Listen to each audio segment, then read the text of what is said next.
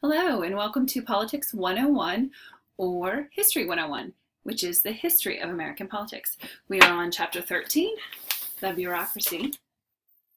Okay, and our learning outcomes for this lecture are to describe the size and functions of the U.S. bureaucracy and the major components of federal spending, discuss the structure and basic components of the federal bureaucracy, describe how the federal civil service was established and how bureaucrats get their jobs. Explain how regulatory agencies make rules and how issue networks affect policymaking in the government. Identify some ways in which the government has attempted to curb waste and improve efficiency in the bureaucracy.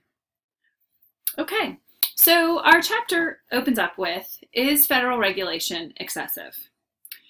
And the financial crisis of 2008 and 2009 really showed that removing regulations, many companies really go to the extreme of capitalism greed, which, there are different kinds of capitalism, and if it is unchecked, capitalism can become extremely greedy. And if you study that in the colonial times, you'll see that really was the whole basis of slavery. And the reason why slavery, all these different countries didn't want to give up slavery because they were making millions of dollars off of, the sugar plantations, all these different, countries where they enslaved most of the people. Or even if you look at the United States history, when you take a look at how the South really didn't want to give up slavery because it was the crux of its economic system, and without it, they would have to pay laborers. Also, if you look in the Spanish colonies as well, definitely used slaves and slavery to conquer South America, other Caribbean islands. The silver mines were a horrible, horrible place where slavery just thrived, and slaves living in the silver mines, they didn't last long at all. Your lifespan was extremely short.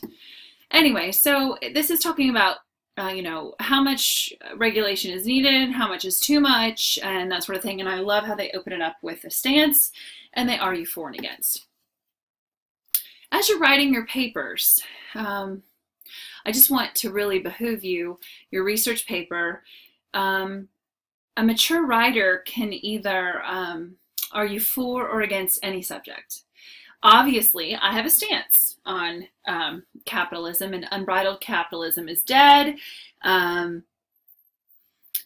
which this is talking about, we need all the regulations possible because the capitalist jungle is got us into a huge financial crisis because people were abusing it. And then you have the other stance, which is too much of anything is bad. Some regulations are needed, but they want the least amount of regulations. Personally, I can argue each one. I can write a paper for each side, having, 3 arguments, solid, factual arguments to support that stance. Now, only one of them is really, truly my opinion. So, some things I don't really have a stance. I kind of waffle in between, or I'm not sure, I want more information. But, being able to argue factually is really what history is all about. And, using the logical part of our brain, not that the emotional part is not needed, it really can make the paper better. And I've asked you to pick research topics that are you're passionate about, because then it's not like you're writing a paper and then you're like researching about something that you love. And that's really what I want you to focus on. So this for and against is here, and where do you stand? And thoughts on that. Okay. Bureaucrats, they open up with some vocabulary words and some definitions. Bureaucrat, an individual who works in a bureaucracy. As generally used, the term refers to a government employee. Bureaucracy, a large, complex hierarchical structure. Again, hierarchy is one of our history analysis words. Okay.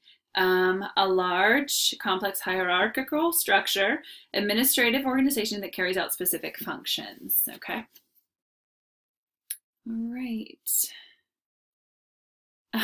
I love, they open up with bacon. First of all, I have 3 sons who love bacon a little bit too much. But they open up with bacon, and they talk about the meat was, has a lot to do with your breakfast. The bureaucracy has a lot to do with your breakfast, and you don't even think about how much it has to do with your breakfast. Meat was inspected by a federal agent if you had bacon. If you drank milk, the price was affected by rules and regulations of the Department of Agriculture.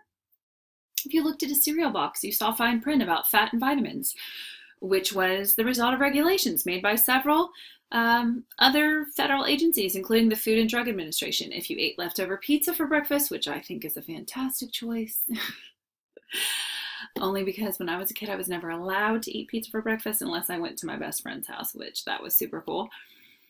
If you ate leftover pizza for breakfast, state or local inspectors made sure that the kitchen of the pizzeria was sanitary and safe. So these bureaucrats really ensure that the employees who put together and perhaps deliver the pizza were protected against discrimination in the workplace. Okay, so they talk about what government bureaucrats do for us. They talk about delivering mail, cleaning your streets. They teach in your public school, which I was once a public school teacher. So I was part of the bureaucracy.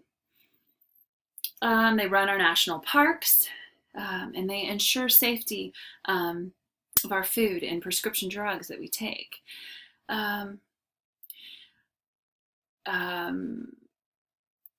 Life would be so different if we didn't have it at the bureaucracy at the federal, state, and local level. And then they begin to talk about, when you talk about bureaucracy, you often hit kind of a negative thought process. It kind of has a negative connotation. Then you think about red tape and all these steps that you have to go through.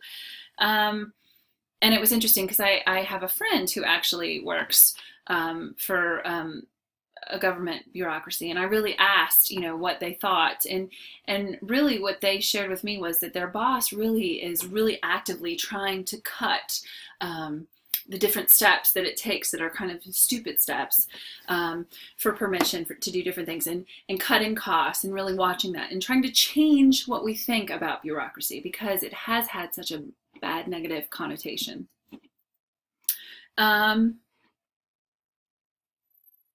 And to make it a more positive one. And it talks more in your textbook about that. Okay. Uses of bureaucracy, which you can't say that 5 times too fast. I can't anyway. They talk about Congress and having Consumer Product Safety Act in 1972, and then you have these different, committees that meet and discuss and talk about things. People who are specialists in their area. The growth of the bureaucracy. It talks about the federal government in 1789 was very small compared to today. It only had 3 departments. It had the Department of State, which were 9 employees, the Department of War, 2 employees, and the Department of the Treasury, which were 39 employees. So it's a little bit bigger now.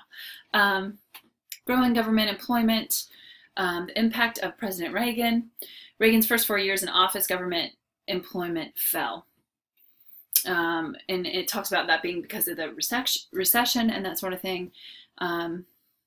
It also says recently government employment has also dropped,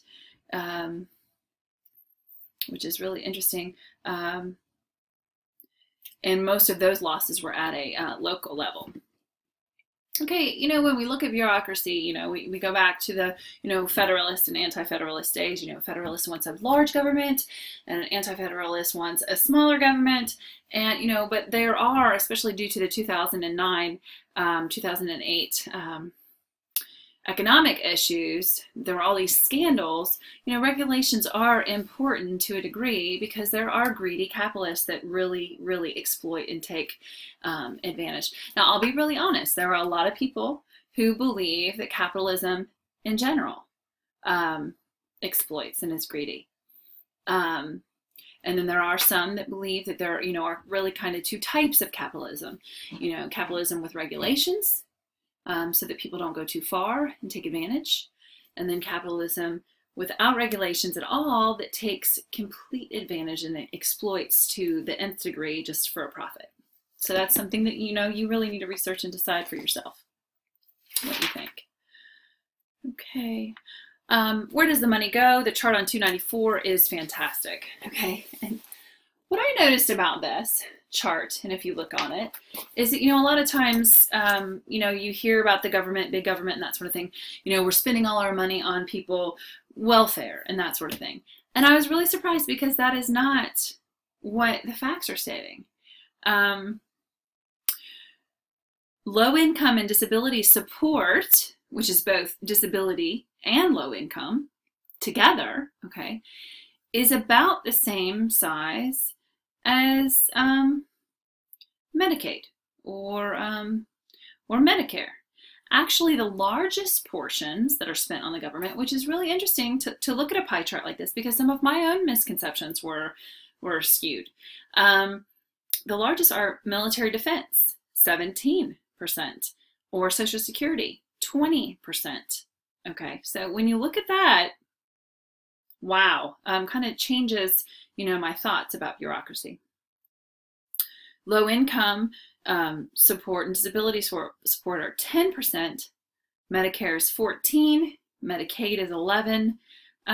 So, reevaluating that. SNAP, which is the Supplemental Nutrition Assistance Program, or which would be food stamps, is only 3%. Okay, so sometimes we repeat and regurgitate facts that we have heard others say, and just the importance of studying empirically, studying